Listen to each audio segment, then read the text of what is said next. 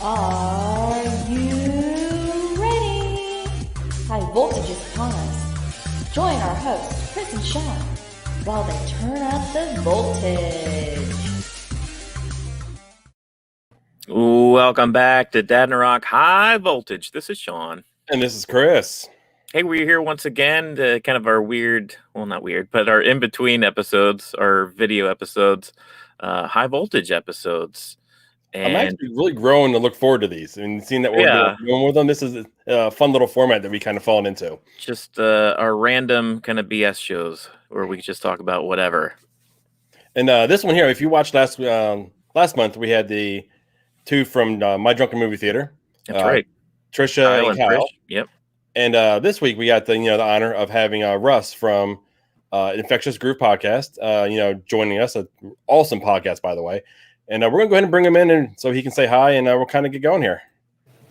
How's it going, fellas? What's up, Russ? What's going on? Nothing. You get just me. It's funny. It's always just me instead of the three of us from the show because Michelle and Kyle live a half mile away, and that's just too far for them to travel. And if I remember right, Michelle's like no video.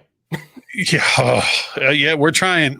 She's expecting right now, and she doesn't consider herself to be glowing yet. Sure. So she said the moment she feels that she's glowing, then she'll appear on video.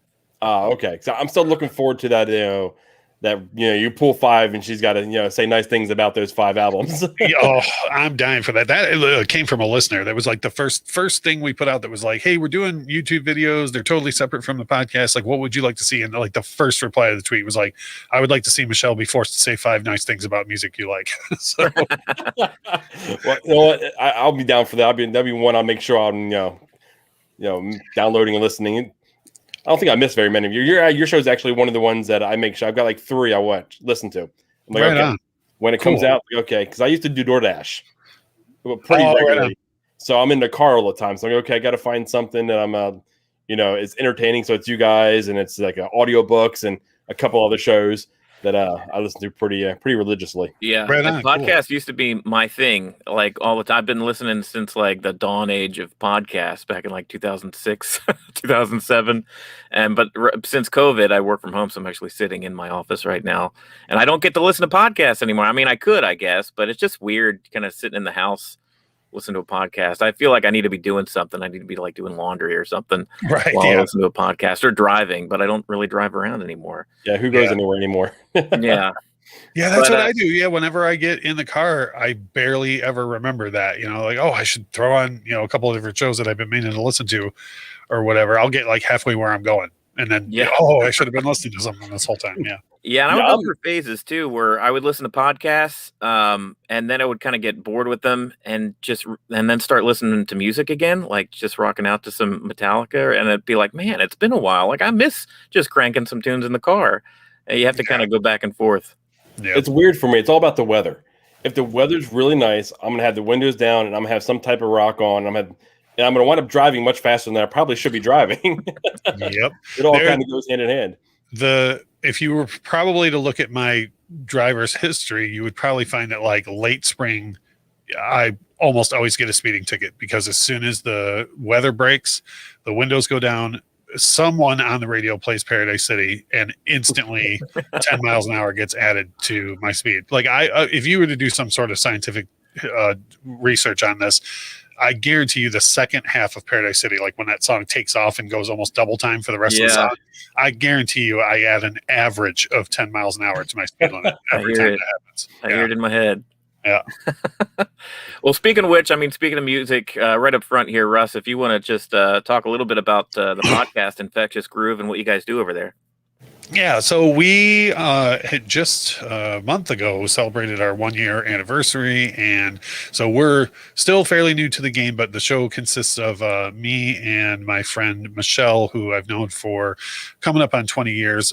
Her boyfriend Kyle is along on the show with us, and the number one thing that we try to do is we try and keep it positive. We could get a ton of clicks and a ton of attention with I don't know, like searching for clicks, the top 10 most overrated albums this year, right. or and then of course Make Buddy Loves, so everyone's talking about it. But instead, what we like to do is we like to talk about underrated bands or underrated songs or artists more people should know, or even like if you're going to talk about a really popular group, maybe albums that were after the big one that are still great that people should listen to. So, right. It's worked for us that people seem to be really attracted to that, like the positivity, instead of just looking for it to be negative all the time. As a matter of fact, we did one episode recently about like artists who sell out and what the definition of selling out might be. Yeah. And we got like the most negative feedback we've got from an episode. Like almost everybody was like, I don't like the topic. Like, I listen to you guys because you want to keep it positive, Right. So we were like, oh, whoop, our bad. Yeah. And then the only other thing I want to plug is our YouTube channel, which is completely separate content from the show. It's branded as the Infectious Groove Podcast, but it's all pretty much vinyl based, the rare vinyl pressings I have, or just pressings that I think more people should know about. Again, the same type of thing, like, not the same 10 records that everybody owns. Like, if you're going to get into vinyl, here's some stuff I think you should pick up. So you can either go to infectiousgroovepodcast.com to find the show on whatever listening platform you listen to, or you can go to youtube.com/Infectious Groove Podcast and subscribe to that. And we have, so far we're doing one video a week on that. And right now it is vinyl, but like we mentioned earlier, as we progress, we're going to work Kyle and Michelle more into the videos, and it might be more music-based discussions and things like that. So that's awesome. Yeah, I've checked out quite a few. I actually listened to your Taj Jackson on the podcast, so I didn't actually watch, but I seen that was that's gotten a lot of attention for you. It was a great interview. I mean, I'll be the first to say that I'm not a huge Michael Jackson fan. He was maybe a little bit before us, and maybe I was a little too young to really get into it. But I loved the interview. You were rocking You Are Not Alone. I am here with you. Yep. At that point, it's funny he says that, because I grew up like listening to the radio going to sleep. So I was always listening to the syndicated radio show Delilah. So it's like all of that music, your Tony Braxton's, your R. Kelly's, Boys to Men, All for One. I mean, all of those. Smooth groove music to go to sleep by, or do other stuff by, but we were in no position to do any of that.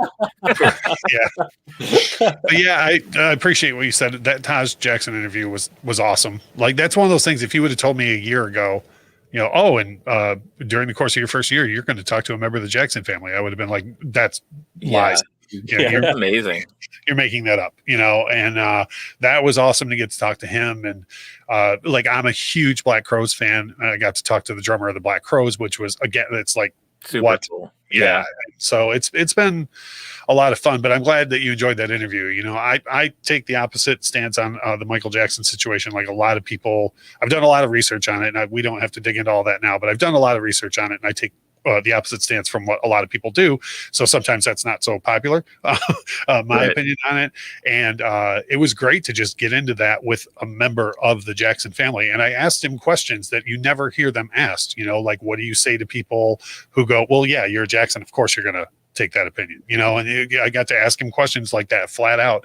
And to his credit, before we started recording, I said to him, if I ask a question you don't want to answer, or if we go down a road you don't like, let me know, and I'll be happy to take whatever you want out. And he said, he goes, no, I take everything as it comes, and we just release it as it is. He goes, because if I don't answer anything, then the story becomes, oh, the Jacksons are dodging questions, or they don't want to. Yeah, that makes sense. Yeah, so it was cool. That's all. Yeah. That's really cool. Yeah, no, like I said, it's really an enjoyable time for me to listen to you guys. It always sounds so genuine between the three of you than anything else, than anyone that you have a chance to interview. So keep it up, man. I enjoy it. I look forward to it. Right on. I agree. We really appreciate that. Thank you. But we want to kind of talk about, me and Sean were kind of batting around this idea for a while, and we figured, since we got you coming on here, it's only fitting, quite frankly. But we were talking about like what kind of music formed our opinion of music, like what our parents listened to, and then how it formed what we like, and then now what we are doing kind of to our kids. and we were kind of going through, and I was kind of typing up some notes, and it was really easy for me. Obviously, I mean, I know, but like Sean was like, "What in the world?" It's like, I know you said you were sitting in the car listening, your mom listened like the Shania Twain when you were younger. Man, so like before I had my own Walkman, it was whatever my mom wanted to, whatever bangers my mom wanted to listen to in her Ford Escort back in the day, right? Yeah. So it was a lot of Shania Twain. It was a lot of Celine Dion. It was a lot of some of the early innocent Mariah Carey. A lot of she loved the female artists, man, female empowerment back in the early 90s. And then, there was a lot of the stuff from like the late 80s, like a lot of the power ballads, the Don Henley kind of stuff. And, that's the stuff that I liked as a kid because I didn't know any different. And then I became a teenager, and at some point you were like, man, you got to check out this Metallica video. Yeah. I think it might have been. It was King Nothing. I vividly remember sitting in your living room because I went to a buddy's house and I was exposed to the Black Album for the first time. Yeah. So I'm listening to Enter Sandman, and it's blowing my mind. I'm like, I'm going from Boys to Men to Enter Sandman. So this is a sizable jump here for me. Yeah. And I'm like, and then it was back when MTV was still like before TRL, so it was still widely used for music videos. And Metallica came on as like, okay, King Nothing. Let's just see what he thinks of it now. And I was like, I think at first I was like, you like this, huh? Oh, this is different. But then I was hooked. I mean, all you you just buy one album and you start to listen to that album repeatedly. And then at some point, pretty soon after, you're like, okay, well, now I have to buy every album. Now I have to hear every song that they've ever made. Right. Yeah. I'll tell you what, the Load and Reload, when those albums were released, they were trashed. Like the media didn't like them. The fans claimed to not like them. You go back and those records are loaded with There's some of my cuts. favorite two albums. Yeah. I'll go back and I think that's the main reason on why I like those two more, probably some of the most, is because it was when we were getting into our actual fandom. It had to be, right? Like how some kids, they grew up on the prequels and they love the Star Wars prequels, right? But it's like those original, Kill 'Em All Metallica fans weren't as hip to it. But yeah, Reload was my entryway. Like at the point where you introduced them to me, Reload was the one coming out, maybe in like 96 or something. So yeah, I was all about Reload at that point. The Memory Remains, and yeah. What you were saying earlier about when the weather gets good and Paradise City comes on, it's fuel for me. If fuel hits that radio, oh Lord, my foot drops. Yeah. How could you not? At a bare minimum by that part in the middle where Hetfield goes, ooh, yeah, and boom, Lars hits that. Oh, yeah. And it's required for you to do it along with him in the car by yourself. Oh, yeah, of course, yeah. Yeah. My wife is forever making fun of my air drumming ability in the car. And because I don't care, I'll choke cymbals in the air and everything. Like we're driving along, I'll, like do the whole 9 yards, flipping imaginary sticks, got to put on a show for the people, Absolutely. I think earlier, my mom, she did the whole Shania Twain, a lot of the pop, right? A lot of that late 80s, early 90s pop that I was exposed to. But when I started to venture out into my own stuff, I was a movie lover first before I was a music lover. Soundtracks were my gateway drug into like finding music. And at first it was just kids' movies, like, I don't know, the Flintstones soundtrack, and Weird Al had that one track. I mean, Chris and I have had a whole episode devoted to discussing Weird Al Yankovic. Oh boy! I just appeared on there's a great Weird Al podcast called the Beard Al Podcast where they discuss beer and Weird Al, and I went on there a couple weeks ago and we talked. The whole episode was just about the Weird Al album Poodle Hat, like just the one specific album. Yeah, that was probably one of my more enjoyable episodes we did. So it was reminiscing back, like on all the stuff that we just remembered so fondly. It's just the fact that he's still relevant today and still putting out stuff that's enjoyable and as good as stuff that came out in the 80s is just incredible. And his most recent full album, Mandatory Fun, debuted at number 1. Yeah, that's wow, awesome. I didn't know that. Yeah, I think he said he's actually finished doing full albums. He's going to put out singles. Yeah. From here on out. And we talked about this recently, I think maybe on that episode or maybe on our own show. But the thing with Weird Al was that the music industry used to move a lot slower. There were at least like 2 and 3 year cycles of whatever was hot.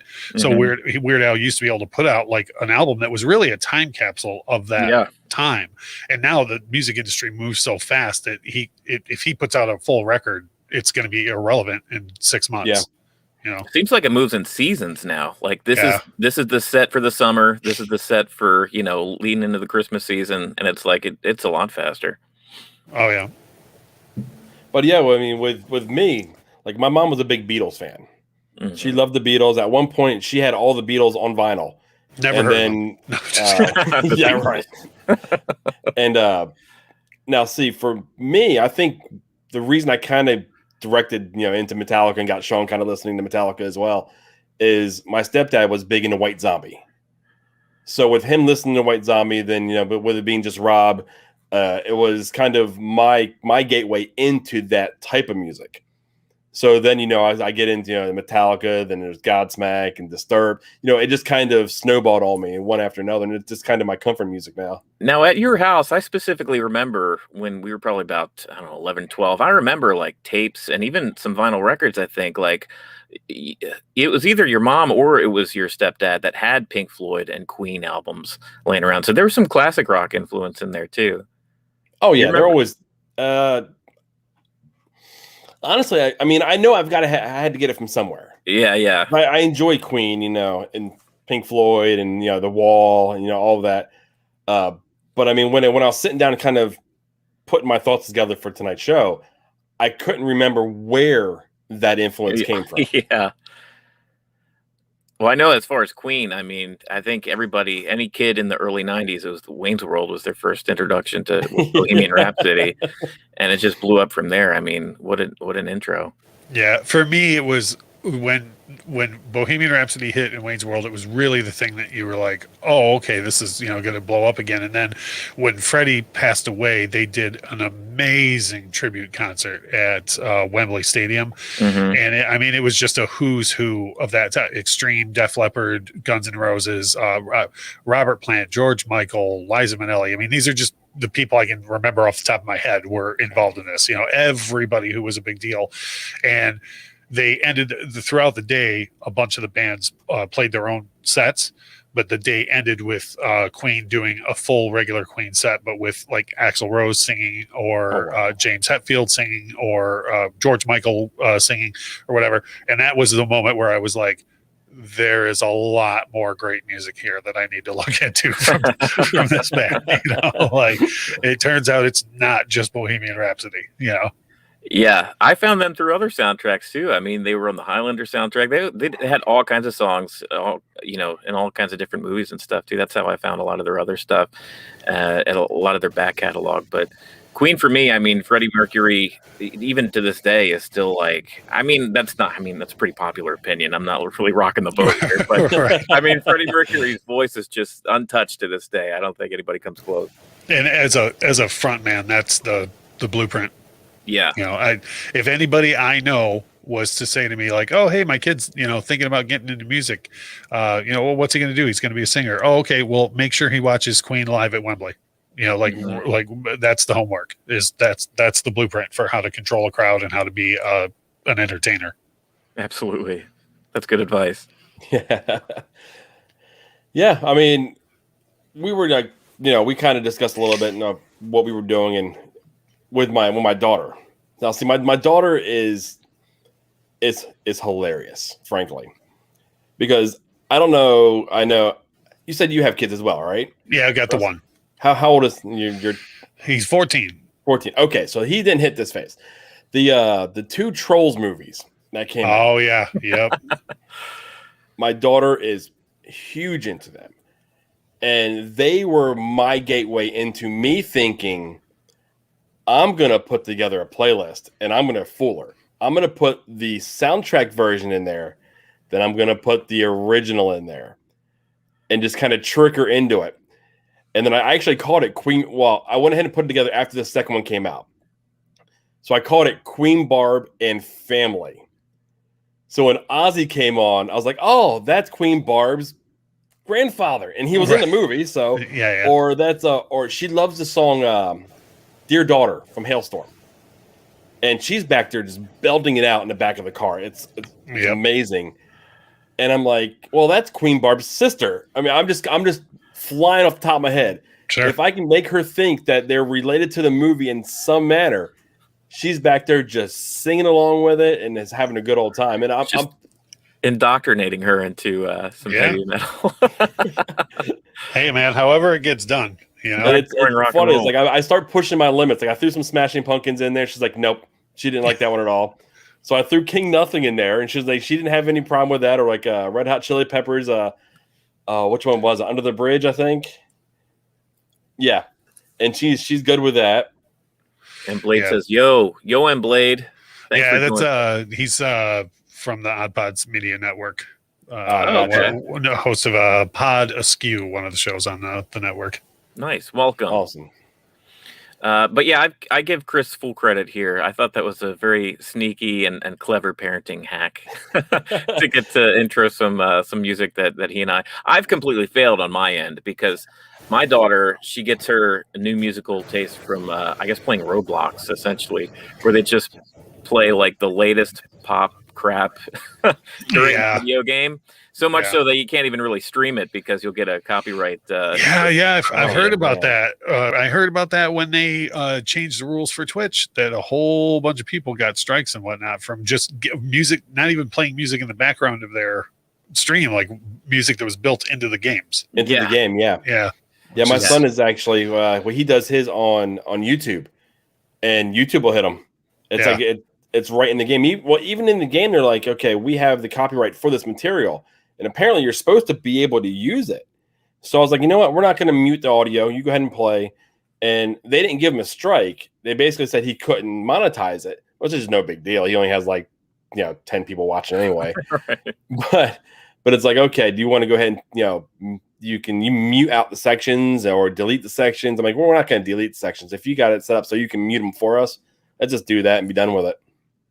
Yeah.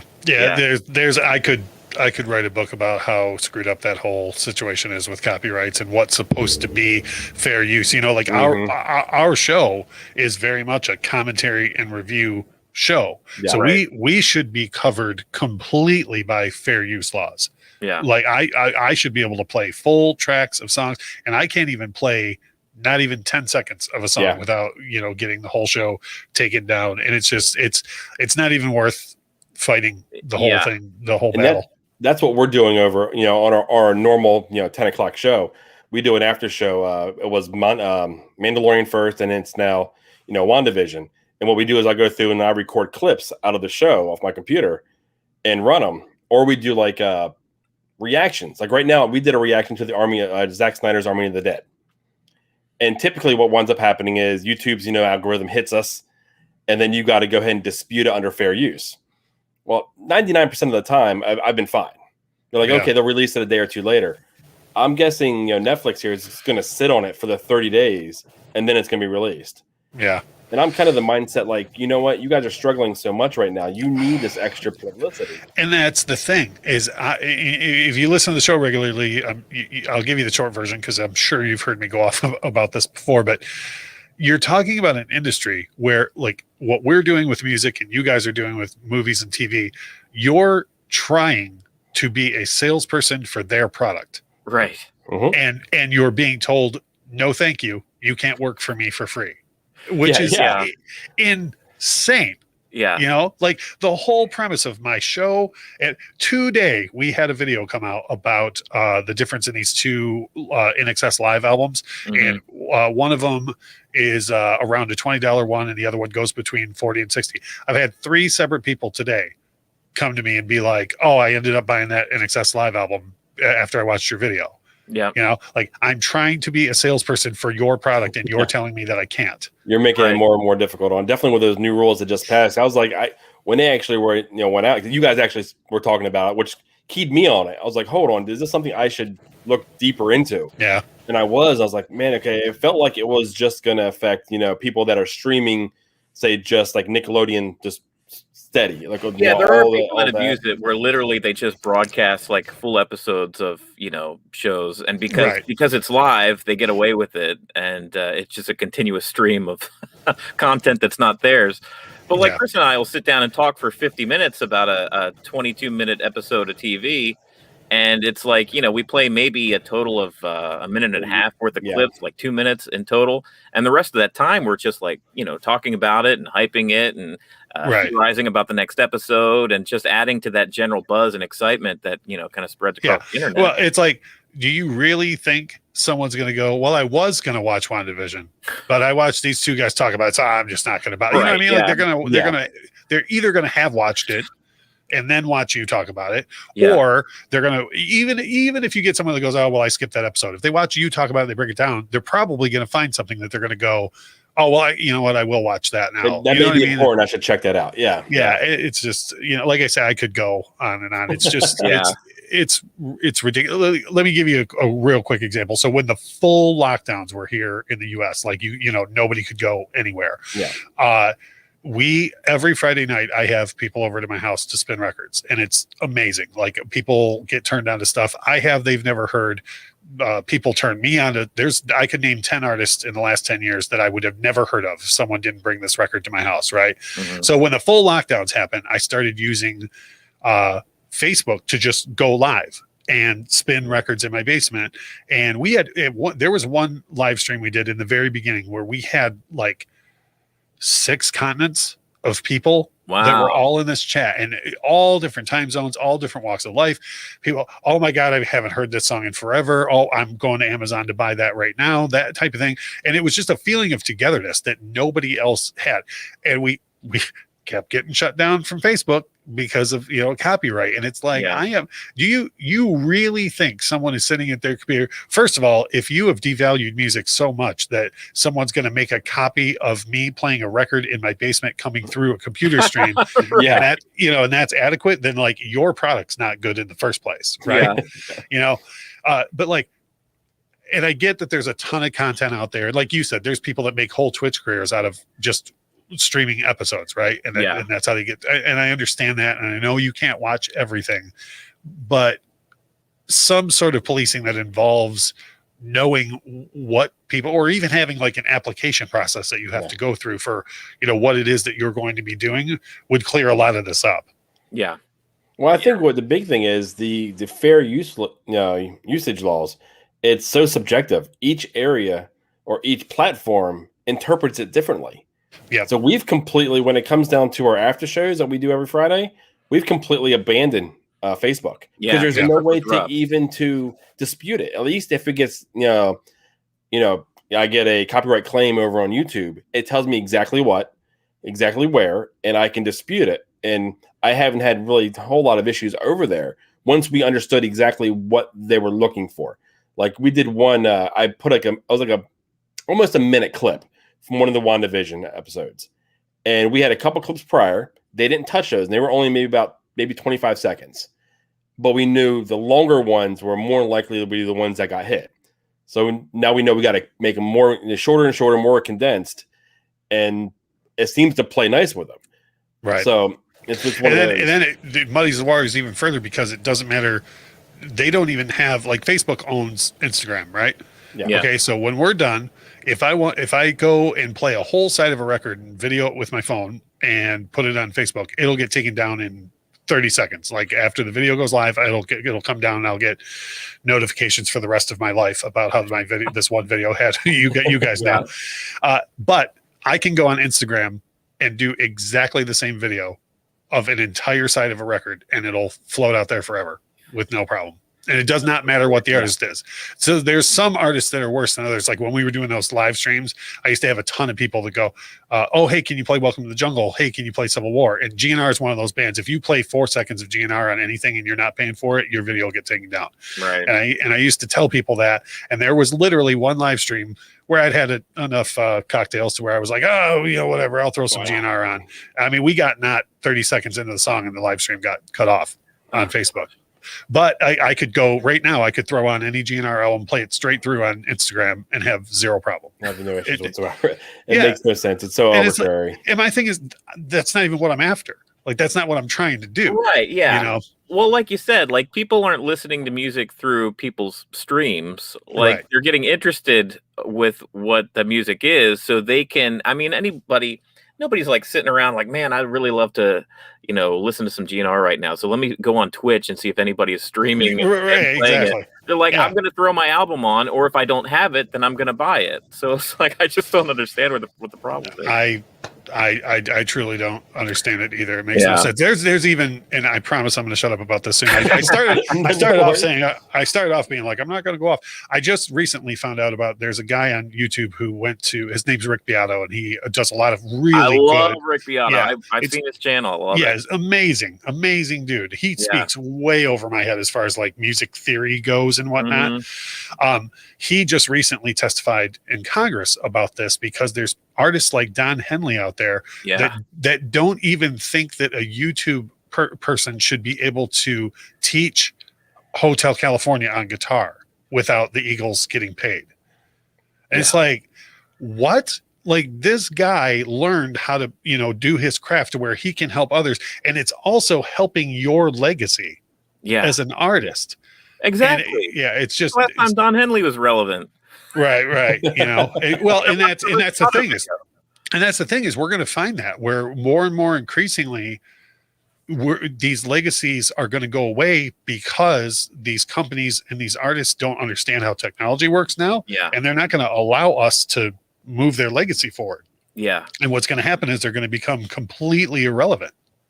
I haven't thought of it that way, but you're completely right. Like, it used to be okay enough. Like, for instance, we mentioned Queen, allowing Wayne's World to have Bohemian Rhapsody, and that exposed that song to a bunch of new people, right? But it's like, it's not the same thing anymore. Like, movies and like TV commercials, they still have an impact, but they don't have the impact that they used to. Like, it's such a quick cycle now, unless you get into the world of like streaming or like YouTube or Twitch or video games, things of that nature, where the young people, the young people are watching. Yeah. The best example I can give, and it's to your point, is with current technology. So you remember what happened with Dreams by Fleetwood Mac because of the guy on TikTok, right? Right. With the, cranberry juice video. Right. Okay. Okay. The reason why that song was allowed to be played in that video is because Stevie Nicks wrote it, and Stevie Nicks is cool as hell about with the whole copyright thing. Like, she's like, whatever, we'll go on, right? That returned Rumors to the top of the charts. Yeah. It made Fleetwood Mac relevant again. I know a ton of people who had no idea who Fleetwood Mac was. And now you have a whole generation, right? Yeah.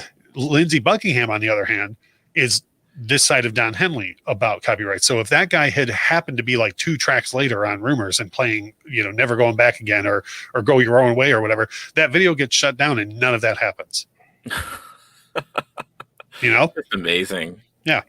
Be more like Stevie Nicks. Yeah. You know what? That's a good life policy. Honestly, is just be more like Stevie Nicks. If more people just went around like flowy, and like free form, just that. Just be more like Stevie Nicks. It's a good life policy. I think that's why the Trolls movies were such a hit in my household. It was like I was able to I recognized the music. I mean, granted, it was Anna Kendrick and was it Justin Timberlake singing them? Right. It was like and Sean would back me up on this. I'm not a remix guy. Oh, he hates remixes. He hates it. Even when the same band, like Metallica, we're Metallica lovers. He hated S&M. He's that's not the album version. I hate S&M. Yeah, S&M. I did not like. Now the second one that came out, I shocked him because honestly, I didn't know it was coming out. I heard you guys talk about it, and then that's a Kyleism. That's a Kyle bump right there. That's a Kyle bump. Yeah, that's the Kyle bump. And I went ahead and started listening. And I shocked Sean. I was like, dude, I'm actually enjoying this. And he gave me that look like, no, that's not you. What's going on? Yeah, it's strange because I had the first S&M album on heavy rotation just because, I'm a movie score guy, right? Like that was my initial indoctrination of music. It was a lot of movie, the Alan Silvestri, the Back to the Future soundtrack, like all that stuff. So to add that to my favorite band, I was in for it from the get-go. So I loved it. Alan Silvestri, I have the Young Guns 2 score on vinyl. Like everybody that has vinyl has the soundtrack with Blaze of Glory and all that, but I actually have the score for that on vinyl. And my God, that's like, you can say what you want about Young Guns 2 as a movie, but Silvestri's score in that, whoo boy, so good. Yeah.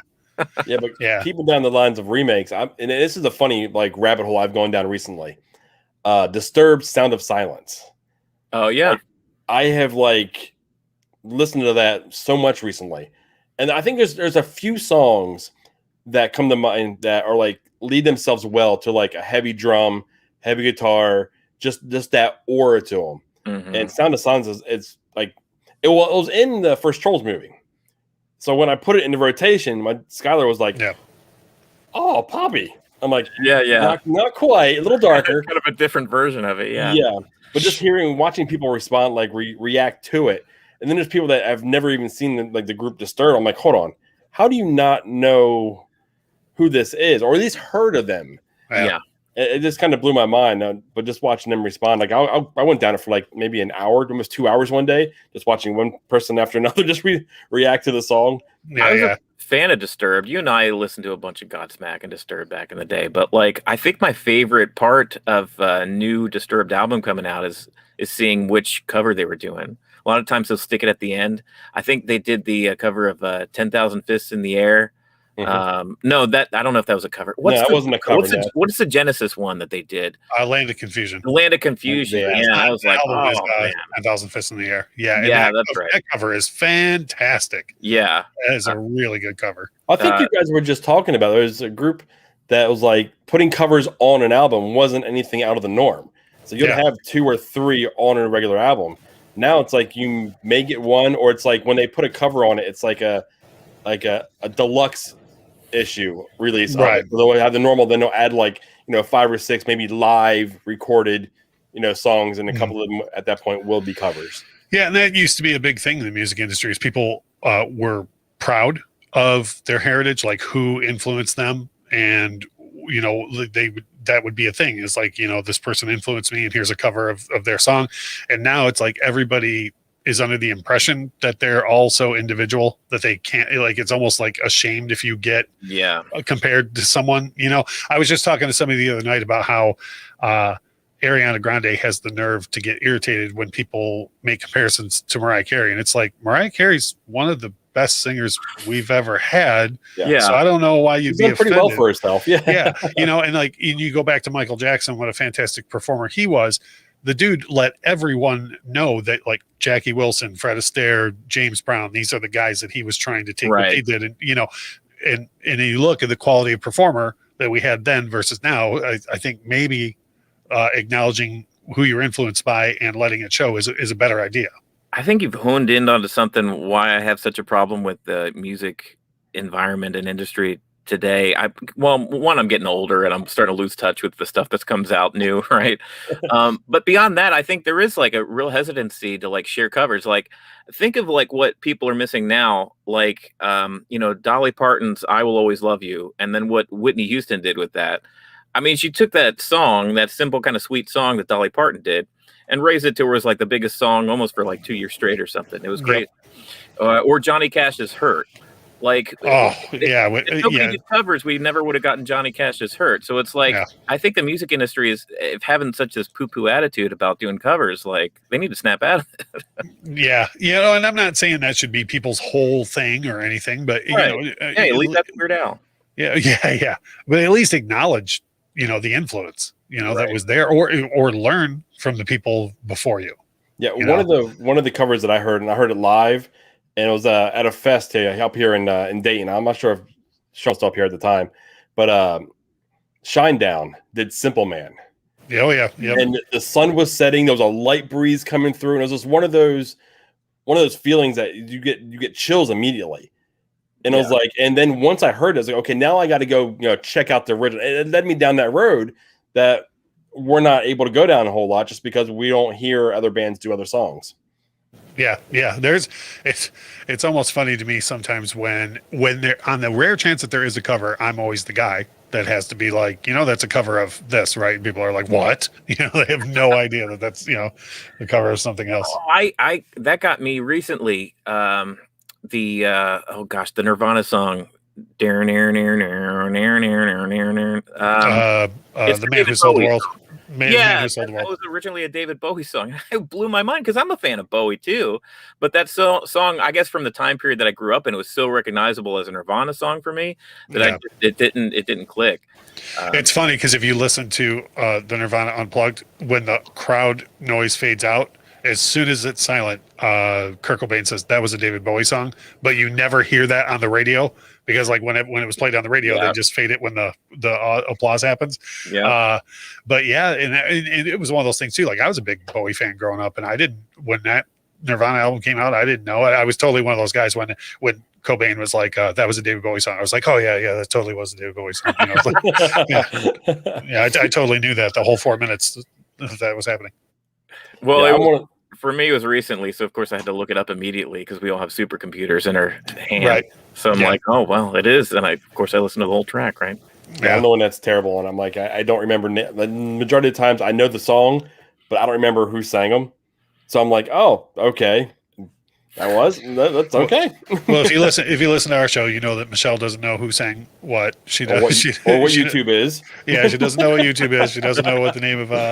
But we actually had a piece of feedback that I'm going to include in next week's episode from somebody today that was like, you guys should do a whole episode about how Michelle really actually doesn't like music. I loved her response to the "Is Michelle real?" comment. Yeah. I got a kick out of that. I was like, I didn't know if you guys were going to use it or not, but I was sitting in my car driving around, just started rolling. Yeah, she, you know, the thing with her is she's one of the most genuine people I've ever met. And the stuff that comes out of her mouth, that's her. You know what I mean? Like she doesn't put anything on. She truly doesn't care what anybody thinks. So it works great for the show because we'll talk about things that should be commonplace knowledge about music, and she's like, I don't know. How do you not know that? Because I don't know that. You know, like, it's just her answer the way it is. You just don't know what you don't know, man. It just is what it is. Yep. I'm taking a look through our list here, Chris. I know we're at the 41-minute mark here, but we're just I'd say it's banned in the list. Let's just keep going. All right, we're just blabbing. So, well, yeah, the reason I glance over at the list here is that you mentioned something that's embarrassing for me, but I'll just bring it up anyway because why the hell not?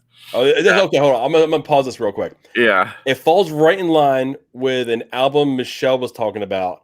I don't remember exactly.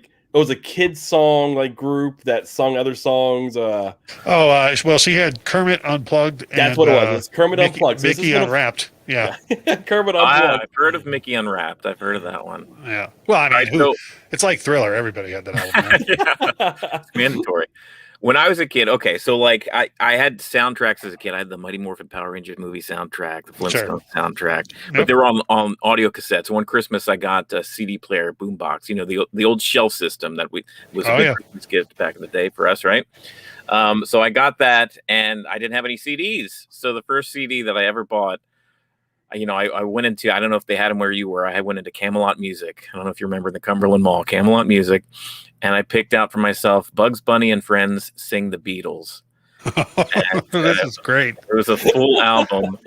And now that and The Simpsons in songs in the key of Springfield. It was like songs from The Simpsons from like seasons 1 through 7 or 8 or so. Yep. And I listened to them nonstop, on repeat. This is great. We're going to have a whole box set come off of this podcast with Mickey Unwrapped, and then Bugs Bunny and Friends. And then last week we had a listener say that the one they listened to was Chipmunk Punk, which I'd never heard of before. So it's like we're going to end up putting a whole box set together. Have a reissue. I was actually looking for the CD or like on Amazon or like I wanted to hear some of them, and they're not on any platform. Oh, Bugs Bunny and Friends Sing the Beatles. Yeah, I've looked for that too. I've even looked for the Simpsons one, and I found it on Amazon. But if you want it, it's like $50. Yeah, it's crazy. It's like they're at a price $50 for that. I wish I would have kept them around. I don't want to disrupt the show by Googling it, but Lord be with me. I hope Elmer Fudd does Hey Jude. Like if there's a God in heaven, Elmer Fudd's got to do a Hey Jude. I don't remember that. It was one of the just a na selection alone would be worth it. At the end of the song, just that part alone would be worth it. Yeah, Daffy and Bugs did Your Buggin'. Well, that was off the Space Jam soundtrack. Oh, wrong one. Yeah, that wasn't a Beatles original. You're bugging. For some reason, that would have caught the broom. that was the song that broke John and Paul up. Actually, a lot of people don't know that. Yeah, Paul brought it in, and John said, "Absolutely not." No. All right, so that was some of my earlier influences as a kid. Chris, did you have any embarrassing? What's your most embarrassing album or cassette. My very first CD that I purchased was All for One. Oh. So I mean, I kind of say that was is that I Swear? Yes. Yeah. Okay. yeah, because at that time it was I was really into Boys to Men, and they just happened to roll together at the same time. So Yeah. I had the Boys to Men, actually cassette, I think it was, and it was one with I'm not gonna be able to remember the name. It was one of the later ones, but I had that. Then I got the CD for All for One. So that's probably my most embarrassing. But I remember the songs still so well. Sure. Well, I must have really enjoyed it. Now I don't revisit those songs very often, but I mean, if I ran across them, I probably wouldn't stop. Keep going. Yeah. Why not? If you like it, all that matters with art, in my opinion, is if it moves you. If you like it, then who cares? To be fair, we grew up in the Philadelphia suburb, basically, and Boyz II Men were like kings. Oh, I bet. Yeah. So they were around. They were playing heavily on the radio. That was like hot summer nights. Your windows fully open, like a warm breeze, and people walking down the streets. So it's just like people watching, and you blasted some Boyz II Men. Yeah. There's I'll say only one time frame that I don't revisit, and I've tried, and I just can't get back into it. When I moved we were living in New Jersey, and I moved to the backwoods of North Carolina. Yeah. And it's not going to be the type of music you even think. I got huge into ICP. Oh, that's right. Oh yeah. I got into ICP. I got into Twisted, Janko jeans. Yeah, just that whole You're telling me, man. Growing up in Detroit, there was a point where almost all of our roads had Faygo all over them constantly. I seen one of their shows. I seen it the Twisted tour. Yeah. It was when Twisted first came out, and it was I'll hold to this, the best show I've ever seen. Now, I can't get back into the music, but I'll never forget leaving and having to take my contacts out because they were tinted. They were no longer clear. They were tinted with Faygo. Yep. I was like, okay, I gotta throw these away. Yep. But I went back and I was listening. I was like, man, I remember loving this and loving DMX along with it, and just that whole phase. And now I'm like, I just can't. But I'll go back now and I'll listen to a lot of old Eminem when I wasn't really in Eminem, or just Snoop. I mean, a lot of things that I wasn't into at the time, but now I'll be mowing the grass, old man out here, rocking out to some Snoop in my headphones. It's funny. There's a lot of songs that came out in kind of like that time frame, like the early 2000s, where at the time I was like, oh, this pop stuff sucks. But if it comes on now, I have the years behind it. There's a bit of nostalgia from my younger days when I was in my late teens, early 20s. I'm like, oh yeah, this is my jam. Yeah, I have a friend of mine who always says that music is the ultimate time machine, and I couldn't agree more. It's like I could tell you, there's songs you could play, and I'm instantly a little kid in the family station wagon again. Yeah. Just hearing the song, and it's just awesome. And as far as embarrassing stuff, I personally, I don't believe in guilty pleasures or anything. I very much believe in whatever you like, you should listen to. And and I'll to give you an idea of the depth that I'm talking about. I currently am waiting for No Strings Attached by NSYNC to be delivered on vinyl to my house. So I got Pink Floyd behind me, Rat and Tom Petty and all U2 and all this stuff. That's all fine and good too, but I also love that album. And it's a whole different genre of music. Yeah, it depends on the mood you're in. That mood can match any type of music. I say that because Sean used to laugh at me. I used to be a big poker player, and depending on what I was listening to depended on either how aggressive or passive I was being during the game. Right. So if I'm listening to Metallica, I'm more in your face. Pedal to the metal, yeah. But they would laugh at me when they found out that I had Kenny G going. Yeah. And I'm more just sit back and just listening to Kenny G, letting it go, and I would make it a lot further in the game just because my mood was a lot more mellow. Yeah, absolutely. Yep. It's showing Kenny some violence. I can't help it. I laugh, but my wife, I downloaded some Kenny G Christmas tunes a couple years ago, and because I bought them on iTunes, they're just like on my phone forever now. And my car likes to automatically, sync up to my phone, and if I don't have Spotify or something going, like it'll just start playing my iTunes library. Yeah. So we were going down the street, and all of a sudden, I don't know, a Kenny G Christmas song comes on, and Christina looks at me just like wide-eyed, like, what is on your phone? It's like, you can't help what you like. I don't know. Oh boy. Well, no, this has been awesome, Russ. I mean, we really, really appreciate you joining. Yeah, right on, man. We had a structure, and I think we went so far off. It was, I think this was more fun, like following the flow of the show than following any type of bullet points that we had lined up here. Yeah, right on. Music's a big topic. They kind of have a whole podcast dedicated to it. Yeah, exactly. Yeah. But if they didn't join us at the beginning, where can we find you? And what are you guys about again? Your two best resources are just go to infectiousgroovepodcast.com. It's a catch-all for whatever podcast platform you listen on. If you go to that website, right at the top is nearly every place you listen to podcasts. You can just click on it and it'll take it right to us, and you can subscribe to us there.